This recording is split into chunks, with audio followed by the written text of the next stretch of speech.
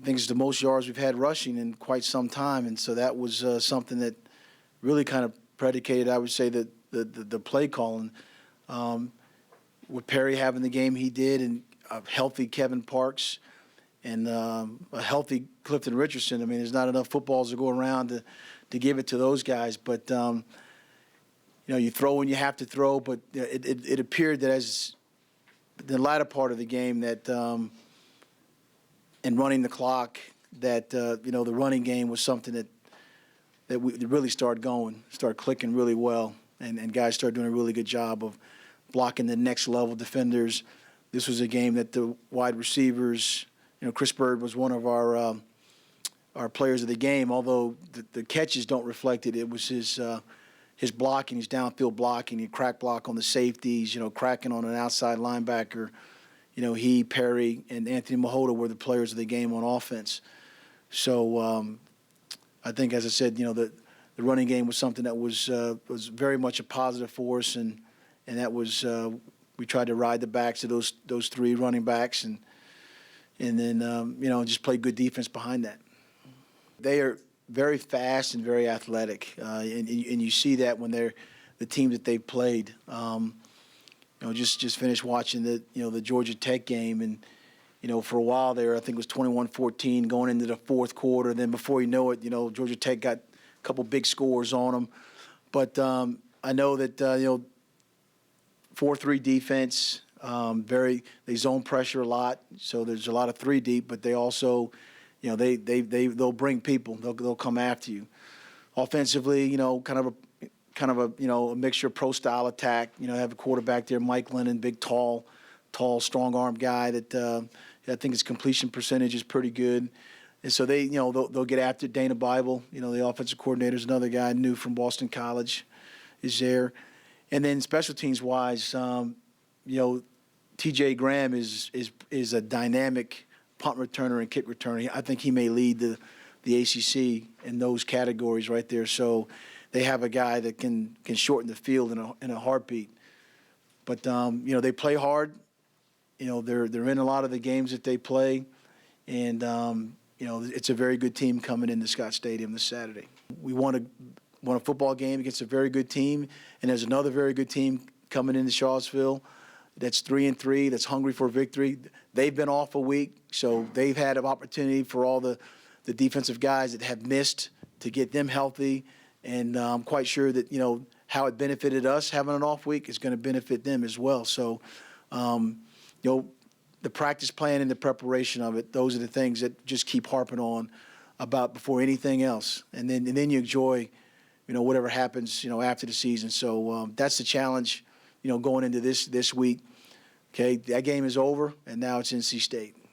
I think you see a glimpse of a little bit of Steve Greer as far as what, before the year before when we got there about being around the ball. And we just said there's nothing flashy about him. He's just a he calls the plays. He's a quarterback on the defense.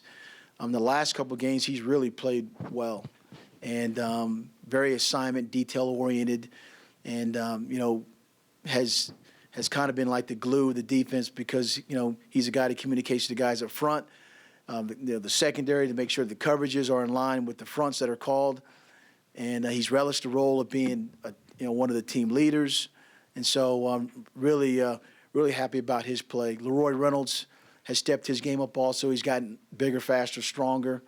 Had a lot of plays in the game, as well as Asar Walcott. His ability to play and add to the depth with Aaron Taliaferro, has made the linebacker group a very improved group from last year. And we talked about last year, run fits, safeties being linebackers. I mean, this year they're linebackers, and they're playing like linebackers.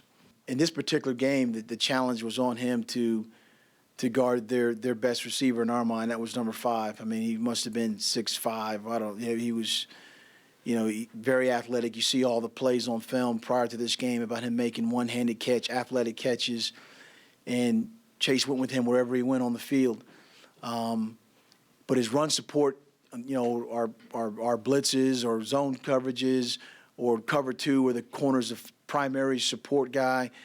Chase has kind of relished the role of being a guy that can come up and make plays and tackle and kind of being a complete player. So not just you take their best guy and you guard him, but also a guy that can be dependent upon, versus the run and the run fits. And he's relished the role of being the guy that whoever their best receiver is, put me over there, I'll guard him. But also the fact that he takes great pride in being a guy that can, come off the edge, make sacks, make tackles, get involved in the running game.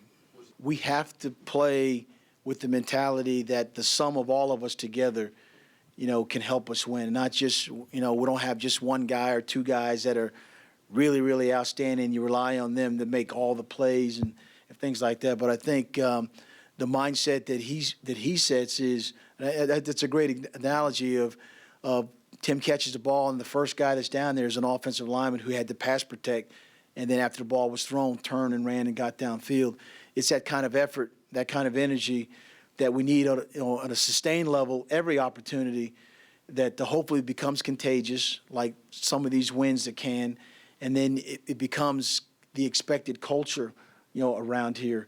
And, with him doing that and talking about it, then the guys like Morgan Moses and everyone else, can combine it, and not even just offensive linemen, but to be on the sideline and watch a big guy, run down the field like that and be the first guy, energetic, picking a guy up. I mean, that's a lot of energy you can feed off, not only on the field but off the field.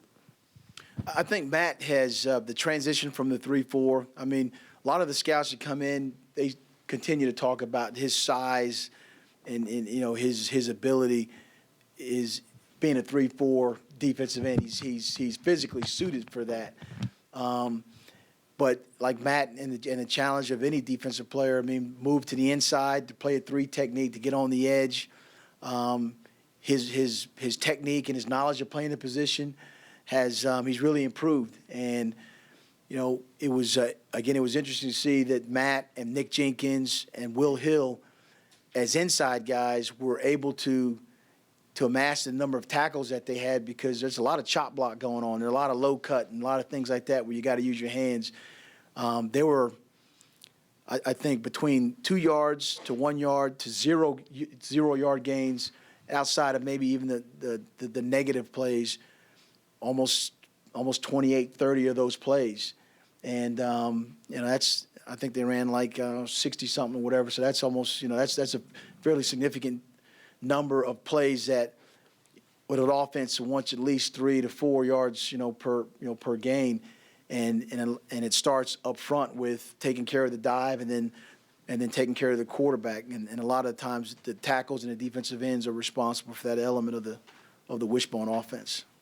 What Clifton does, what he has, is just an unbelievable just center of gravity and strength to him. Somebody asked a question on the fourth down call last night. Why did we throw the ball? One of those plays, a 3rd and short, Clifton was the ball carrier, and they brought a safety down. He came off the edge, and the safety was unblocked and met Clifton in the backfield, and actually had an opportunity to create a 4th down situation. But Clifton, because he's so strong, in the leg and the hip area, was able to spin off the guy and then fall forward. We ended up getting the 1st down. So that's the kind of strength he has. And then you saw on the touchdown run, that just the presence of mind to get, to the end zone. And so he's making the most of every opportunity, that he has out there. So it's always good to see Perry do well. But, KP, a healthy KP comes in, he does well. And then, then the touches that Clifton gets, I think he averaged over 6 yards a carry or whatever. So it's a positive thing to see a big back like that. That's what big backs that can run and run over people. I mean, he's got a bright future ahead of him. So we're excited about him.